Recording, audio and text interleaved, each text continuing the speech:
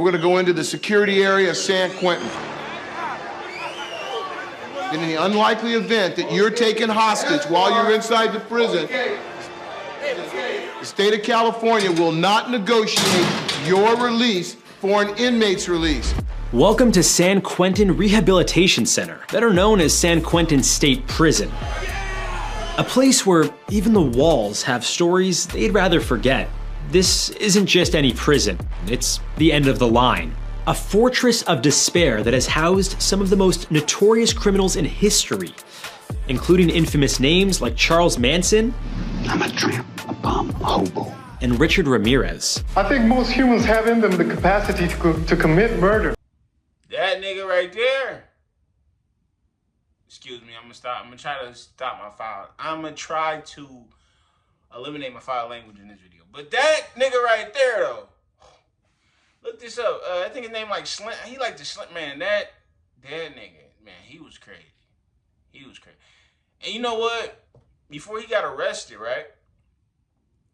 The people saw him on the street because he was just around. Bro, he just running around just killing people. Shit, that nigga was so bored. He just like, man, I'm just gonna just run around just killing people. Like he did this for a while too. And then before he got arrested, everybody saw him like, oh, you that nigga that be running around killing people. So they all jumped him. And that's how, I ain't gonna lie, if you're a Californian, I don't know, man. I might be soft because, nigga, he would have died right there. He wouldn't even have made it to the damn courtroom. He wouldn't have made it to the police. By the time the police got there, he would have been done. Hey, look this shit up because you wouldn't believe it either. These niggas literally saw this dude. He done fucking killed everybody. He out here just doing shit. Y'all here just really, they called him Slender Man. Fucking, I mean, he out here eating, I don't know, he was doing some shit. Like, he was worse. I ain't gonna say was he worse than Jeffrey Dahmer. Jeffrey Dahmer, I ain't gonna lie, you know, we kind of, people don't get mad at me, but Jeffrey Dahmer just came across some freaky ass niggas. If you just want to be honest. Unfortunate as that sound, that's really what happened. Like, dudes was just trying to be too freaky. And you got to be careful with that shit. You can't be out here being too freaky. But that nigga just was running your home. I feel like that's way worse. You know what I'm saying? None of them dudes deserve what Jeffrey Dahmer did to him. But at the same time, you kind of look at it like, man, if I wouldn't have been freaky that night, if I wouldn't have been trying to be all freaky that night, this shit wouldn't have happened. So this, it's just a, you know, like, sit your freaky ass at home sometime. But if a nigga just run through my shit, you know how scary that is? I'm asleep. A nigga just big, tall, fucking fucked up T-fat nigga to run in, just fucking start doing shit to me. Jeffrey Dahmer wasn't that tough. You know what I'm saying? He just like, I don't know, man. That's just me. That's just me. That's what I think. At one point back in 2015, San Quentin held almost 700 inmates on death row, making it the largest condemned unit in the Western Hemisphere. It was where the state's most dangerous offenders used to await their fate in cells barely larger than a parking space. From the twisted minds of serial killers to the cold calculations of gang leaders, the eerie hallways of San Quentin have seen it all. If these cells could talk, they'd probably scream. Here, survival isn't about ticking off days. It's about making sure those days don't crush you. What survival tactics can mean the difference between life and death within San Quentin's treacherous social hierarchy? How did one inmate's fate become eerily entwined with the very gas chamber he helped construct? And how did the pandemic expose the prison's darkest vulnerabilities, turning it into a ticking time bomb? To uncover these chilling stories and more, make sure to hit that subscribe button. And if you have any prison survival stories, let us know in the comments. San Quentin opened its iron doors in 1854, making it California's oldest prison. Originally built to relieve overcrowding on prison ships, yeah, You heard that right, floating jails. The facility quickly became a home for the state's most dangerous offenders. In the early days, barbaric practices like flogging and painful shower baths with pressurized water hoses were common. Hangings were public spectacles, drawing crowds eager for a morbid show. Between 1893 and 1942, California's preferred way to deal with death row was the hangman's noose, snapping 215 necks in total. With a history stained in blood, it's no surprise the inmates had a fond nickname for it: the Arena. In 1938, the gas chamber was introduced and tested first on a pig, which disturbingly took 34 excruciating minutes to die. So much for quick and painless. And the guards were just as notorious as the inmates. Take Amos Lunt, for instance, who conducted 24 hangings over 5 years. He warned his successor, Frank Arbogast, about haunting voices and hallucinations. Lunt later ended up in an asylum, proving that in San Quentin, even the executioners weren't safe from the madness. Then there's Alfred Wells, an inmate who helped build San Quentin's gas chamber. After returning to society while on parole for armed robbery, he began dating his half-sister, which sparked a violent family feud. Wells murdered his half-brother's wife, and their younger friend. And sure enough, he found himself back at San Quentin, but this time on death row. In 19... What type of shit is... What type of nigga? You a nasty nigga. See, I said I wasn't gonna cuss, but... See, that right there, man... I'm just glad we not in... I'm glad we not in them times no more. I'm just really glad niggas ain't out here, you know, smashing their sisters and shit no more. Like, dang God. You know, you try to sit here and you try to look at life, and I know we kind of, you know, you try to be like, life fucked up. But just think if you got a homie out here, and I mean, I guess that don't really involve you, so I guess it wouldn't even bother you, but at the same time, it's like, man, these some freaky ass niggas out here, man. See, a lot of shit stem from freakiness, man. I'm trying to tell you. I don't know what you do to stop the freakiness. You know, I would say read a book. I don't know. Read the Bible, bro. Something, you gotta stop that. I mean, Bible is the type of book that, you know, you just pick a random page. I mean, it's getting crazy on there. You gonna eliminate them thoughts right now, you know? So before you open up Twitter, open the Bible. 1942, he was killed in the very gas chamber he helped build. Yeah, talk about building your own destiny. But San Quentin isn't all doom and gloom, believe it or not. In 1969, Johnny Cash performed live at the prison, a concert that was recorded and became one of his most iconic albums, Johnny Cash at San Quentin. He even debuted the hit song A Boy Named Sue during his performance. Perhaps the ultimate survival tip is this: even in the darkest corners, never miss a chance to find your soul and rhythm. But enough about history. Let's imagine, hypothetically, you've been misunderstood by the justice system. Or perhaps there was a case of mistaken identity and now you're on a one-way trip to San Quentin. How do you survive a place designed to break you? Picture this. Your first day begins with a security clearance that's more intimate than your first colonoscopy. Fingerprints, mugshots, and a fashion downgrade to basic blue denim. They pick you up butt crack of dawn, man. That's before you get on the bus, of course. You gotta get shackled, belly chains, everything. As you walk the echoing halls to your new studio apartment, a 4 by 10 foot cell, the reality sinks in. Your fellow inmates warm up to you with grueling once-overs and casual threats. Welcome to your new home. Friendly advice: avoid discussing politics, religion, or who controls the TV remote. At dawn, you're greeted by the sweet serenade of clanging metal and distant shouting. Roll call is mandatory and bright and early. If you're not a morning person, well, you will be now.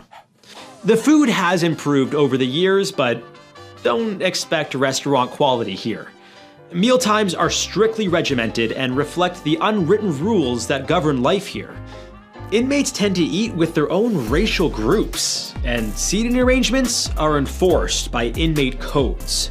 As Louis Theroux observed during his visit, see, that's the thing about prison that really fucked me up. I ain't gonna lie. I think I would be, of course, two problems. I don't like niggas. I really do not like niggas. And I'm not meaning just dudes. Like, I don't like dudes at all, but I ain't gonna lie, I'm gonna sound like Uncle Ruckus, but I don't like you black niggas. I'm gonna be honest. Because, bro, black motherfuckers is, black people, I'm black, but we not shit sometimes. You ain't stab me in your back so fucking quick. I don't know how y'all trust black folks. Like, I love you, get hugged, all that shit. Trust you, I ain't doing that. I could swear, I bet you if they would show like a movie of like Cain and Abel, it would be two black brothers. Cause nigga, black dudes do stuff, fucked up shit to other black people. Yeah, motherfucker be like, Black Lives Matter. Fucking shoot your neighbor and shit. Like, what if your black neighbor? You know, so black on black crime huge. And we talking about Black Lives Matter. I know we getting all political and shit, but it just ain't even political. I'm just saying I don't like niggas. But yeah. It's, you know, getting used to being around a whole bunch of dudes. That's I don't know if I can get used to it, but like, let's say if I do. The food. That's what fucked me up. What do these niggas do when they hungry at 8? Like, you know how you just get hungry and like, you ever been hungry at like 2 in the morning, 3 in the morning? You like, fuck, let me just slide down to McDonald's, Taco Bell. These niggas can't do that? See, that right there will have me on my best behavior. You trying to tell me I can't eat when I want to eat? Nigga, bro, I'm about to be the best law-abiding citizen ever. Because what you mean? I can't have seconds? Because I know these niggas can't just be in there eating all day. That's what I would do. That's why, look, we gonna look at this. Ain't none of these niggas fat. You know, a lot of niggas come out of jail, they either come out with muscle or they come out skinny. None of them ever really come out fat. They might come out and get fat again. And that's my problem. And I ain't saying people should get in there getting fat because that's not good for your health and shit. But you trying to tell me I can't just eat at random times? Like, I get hungry. You know, like you wake up. I'm pretty sure they get breakfast, lunch, and dinner or something like that. But still, like, it's just some days the food digests a little quicker and you hungry again. That right there, oh, bro, I would die, man. Oh, bro, it's 4 hours left till dinner. Fuck that. That shit was low-key like college, though. College, we had to wait till the cafeteria open and shit. You know what I'm saying? Like, damn, nigga, 3 more hours till the cafeteria open. I used to hate that shit. You know, I'm grown ass man, you know, we didn't have, like, in the college, we didn't have, like, I mean, you had your own microwave and shit, but you didn't have, like, a whole, somewhere you can go just flip some shit up, you know, cook some eggs and shit, you know? But that right there, that's my biggest problem. Once you tell me, nigga, I can't eat when I want to eat, oh, you got me fucked up. You got me fucked up. Violating these unspoken rules can have serious consequences. Ooh, I can't tell you the code, you gotta know the code. I'm saying the whole cell might beat you. Why? That's the code, I don't know, that's what I'm trying to tell you. You gonna have to figure out why. Navigating the yard is like walking a tightrope over a pit of hungry lions. Exercise is essential, not just for your health, but to show you're not an easy target. Just remember, the weight benches aren't the only things that can crush you. Gangs are a reality here, each with its own territory, codes, and extreme ideologies. San Quentin is controlled by formidable factions like the Aryan Brotherhood, Black Guerrilla Family, Mexican Mafia, and the Nuestra Familia. These aren't just street gangs, they're shadow governments. Their ironclad codes dictate every aspect of life, like who you can talk to, where you sit, and even which shower you can use. Violating their unwritten laws is met with swift and brutal retribution that makes solitary confinement look like a vacation. In here, picking a side isn't about loyalty, it's about survival. Neutrality is a safe bet, but sometimes choosing no side is the quickest way to stand alone. different races have different areas? Yeah, that's like the black area over there, the Norteño area over there, the white area over here, Indians over there.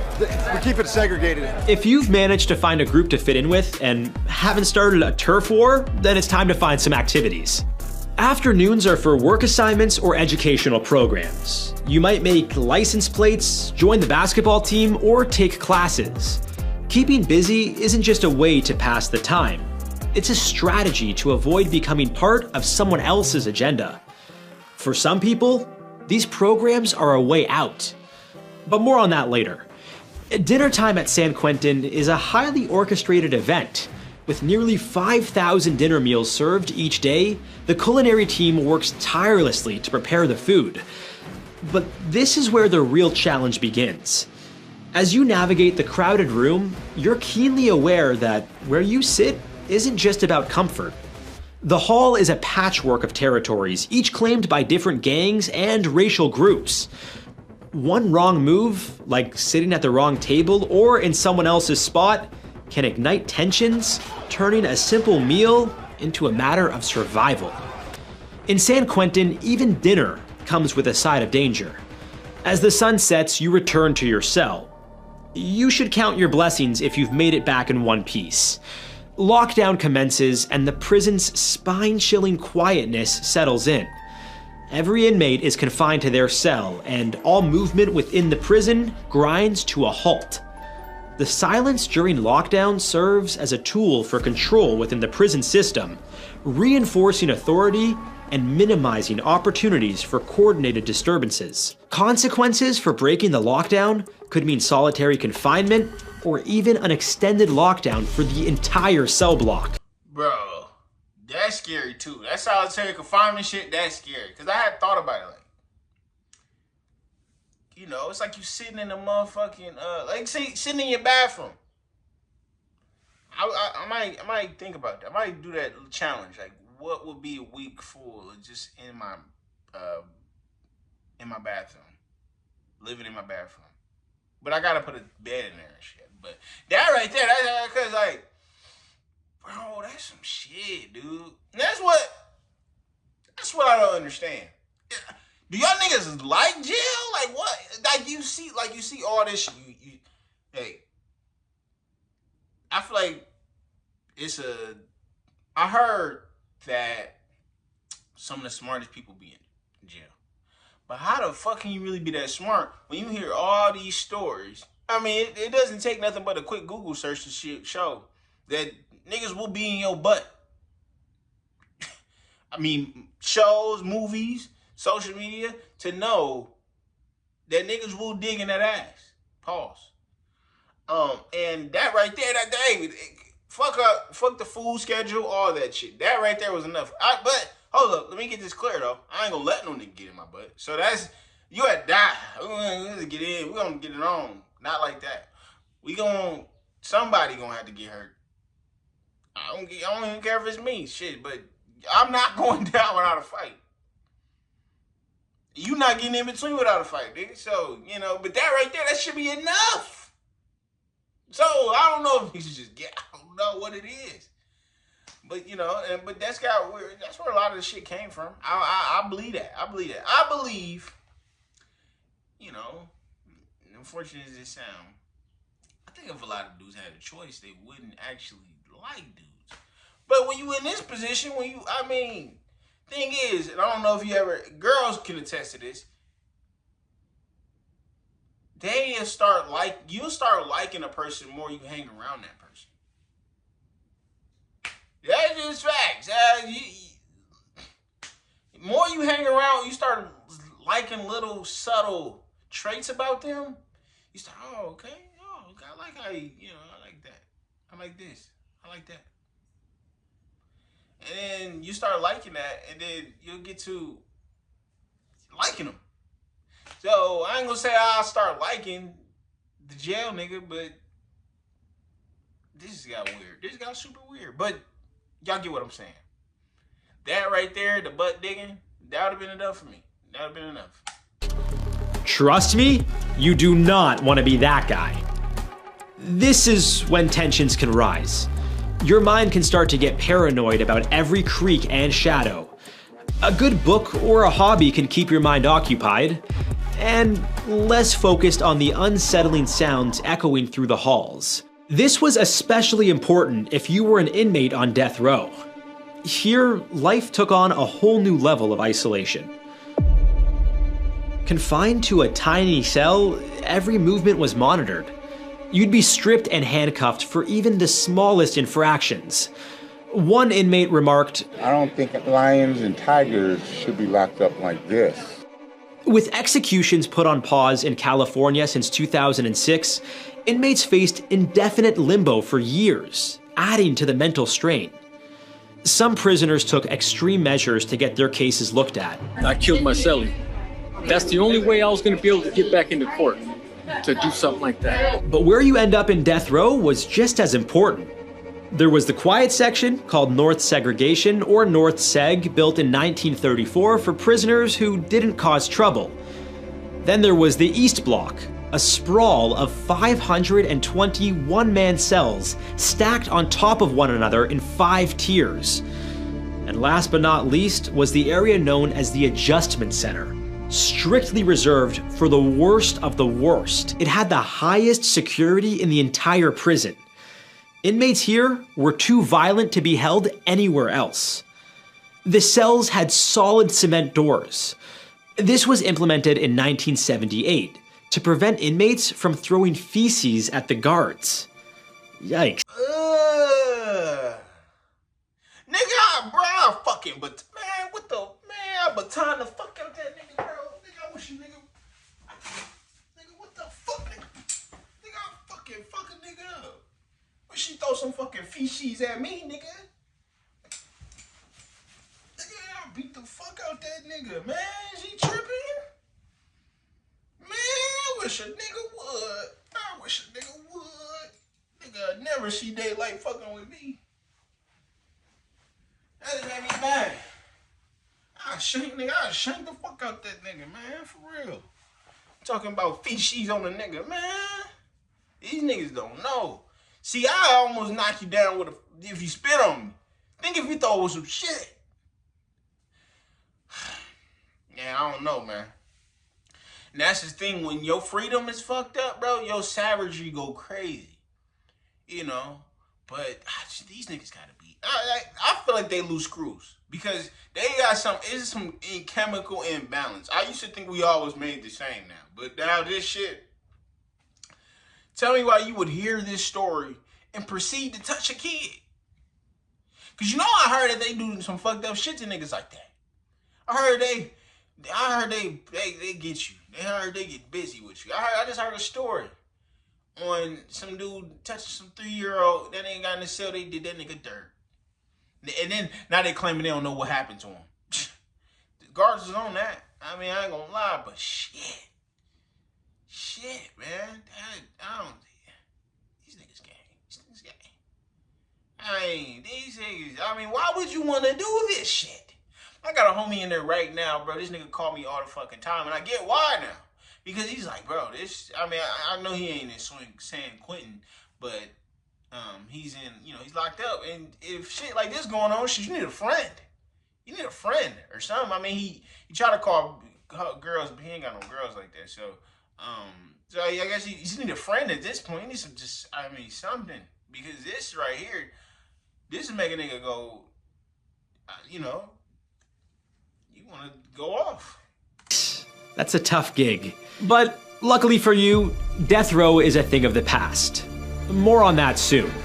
For now, you'll need to lay low if you want to live longer than your sentence. First rule of surviving San Quentin today: respect is a two-way street paved with caution signs. Building alliances can offer protection, but choose wisely. Friendships here are as stable as a house of cards in a wind tunnel. Avoid conflicts by minding your own business. If trouble finds you, defuse it with words, not fists. Remember, a black eye heals faster than a stab wound. That's bad advice, nigga. You gotta show these niggas you can fight.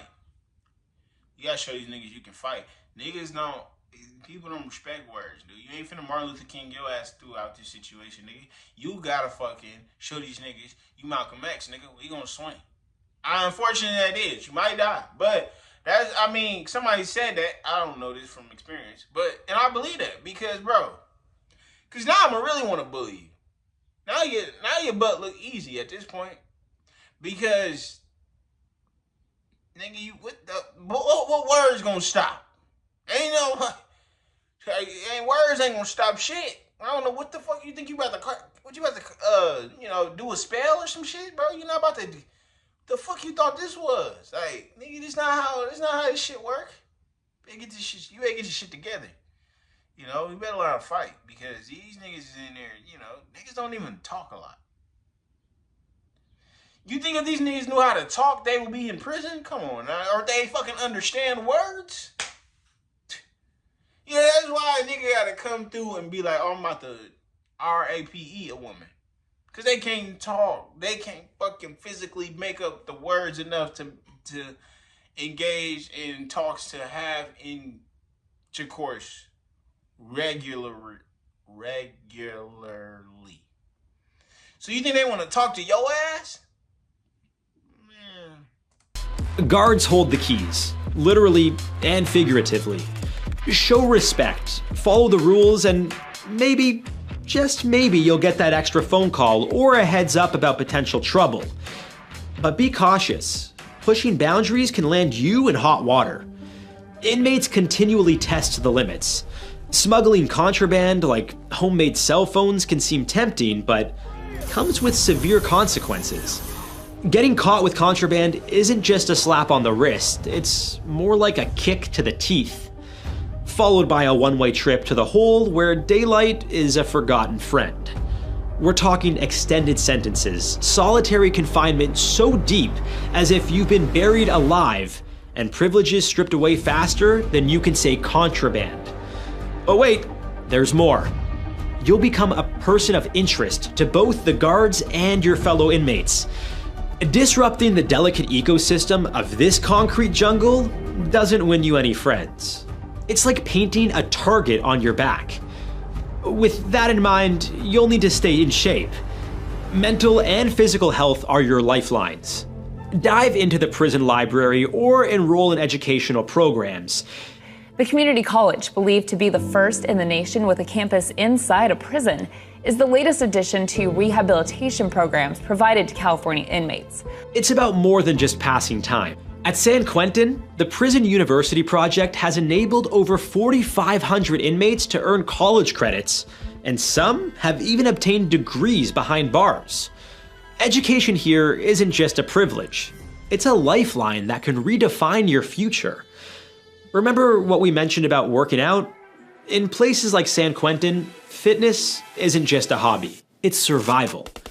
Some inmates commit to extreme routines like hundreds of burpees every day. This level of physical conditioning isn't just for show. It's a deterrent against potential threats. Being in peak shape sends a clear message. You're not an easy target. Others find solace in— I've been telling niggas that. I be like, bro, you don't want niggas fucking with you, get in that gym, man. Not because the wave is against the gym, so niggas don't fuck with you. And I know if you out here, you know, it's kind of hard, depending on where you at. Because if you in a nice place, niggas probably ain't gonna test you. Go to somewhere, you know, you gotta go. I'm trying to tell you. The best way to fight is to look like you know how to fight. So then you ain't even gotta get into it. Biggest niggas don't know how to fight. But nigga, you wouldn't know, because who finna fight him? Who finna fight him? Who finna fight that nigga? Who finna fight Debo? Y'all know Debo from Friday? I ain't about to fight Debo. I'm gonna shoot that nigga, but I ain't fighting him. Trying to tell you, nigga, look like you know how to fight. Nobody gonna want to fight your ass. And that, yeah, for real.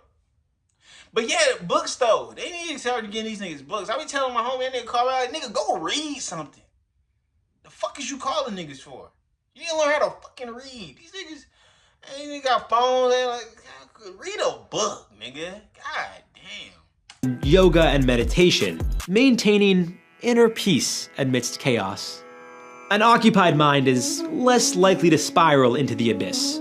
But despite your best efforts, violence can be as unpredictable as it is brutal. In 2010, child murderer Edward Schaefer was fatally attacked with a homemade weapon, a bone crusher fashioned from bed parts. But that wasn't the first time San Quentin's walls have seen this much bloodshed. Back in August 1971, the prison descended into chaos during one of its deadliest riots. An attempted escape by George Jackson, a prominent inmate and activist, ignited a violent uprising. Inmates armed themselves with smuggled guns and improvised weapons, turning the cell blocks into a battleground. By the time the dust settled, 3 correctional officers and 3 inmates were dead. This is a stark reminder that in San Quentin, violence can erupt like a sudden storm. Inmates have long memories and their own code of justice. So you've finally gotten accustomed to the hellish nature of this prison. Prison life is starting to seem manageable. But it's 2020 and you're blissfully ignorant that the world has been brought to a stop by the COVID-19 pandemic. During this time, San Quentin became a hotspot for the coronavirus. Over 1,000 inmates tested positive, turning the prison into a humanitarian crisis. One inmate described it as like a horror movie where you have nowhere to run. Overcrowding and poor sanitation turned the prison into a petri dish. The virus didn't spare death row either, adding another layer of anxiety to an already uncertain existence. The impact extended beyond inmates too. Staff members and their families were affected, with lawsuits alleging negligence in handling the pandemic. But change is on the horizon. As of 2019, California's governor, Gavin Newsom, has put a moratorium on the death penalty, calling it state-sponsored premeditated murder. To me, this is the right thing to do. For the first time in California's history, eligible individuals on death row can now be placed in general population areas, where they have increased access to job opportunities and rehabilitation programs similar to inmates serving life sentences without parole. I look forward to the aspect of being able to move around, talk, do things on my own, maybe get a job. These programs are gaining traction, aiming to transform San Quentin from a warehouse of despair to a center of reform. For instance, the prison's Guiding Rage into Power program addresses anger management and emotional healing, helping over 1,000 inmates reduce violent behavior and reconnect with their humanity. These initiatives aren't just buzzwords. They're changing lives one inmate at a time. Through programs like The Last Mile, inmates are learning to code and even developing apps, all within prison walls. One participant, Kenyatta Lael, went from serving a life sentence to becoming a manager at a tech company after his release. These aren't just classes. They're offering a real chance at a second act. It's a glimmer of hope in a place that's been shrouded in darkness for over a century. Surviving San Quentin isn't just about dodging danger. It's about finding purpose in a place designed to strip you of it. While escape is virtually impossible, sorry, this isn't a Hollywood movie, enduring and emerging stronger is the ultimate victory. So, if you want to avoid neighbors that prefer shanks over handshakes, it's best to stay on the right side of the law, especially if you're a drug lord like El Chapo. We'll explore why he needed over-the-top prison security in another episode of How to Survive.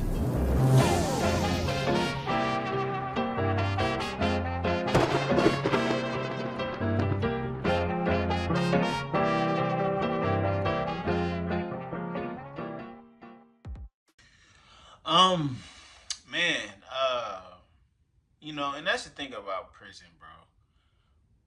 It's hard because, you know, us as free people, we look at it like, nah, get them niggas away from us. We don't, fuck you mean, murder? I mean, so that's definitely understandable, but, and there is some crimes where I'm just like, it's hard, but at the same time, man, we got to figure out a way how to get people to get back into society without, to make our society better.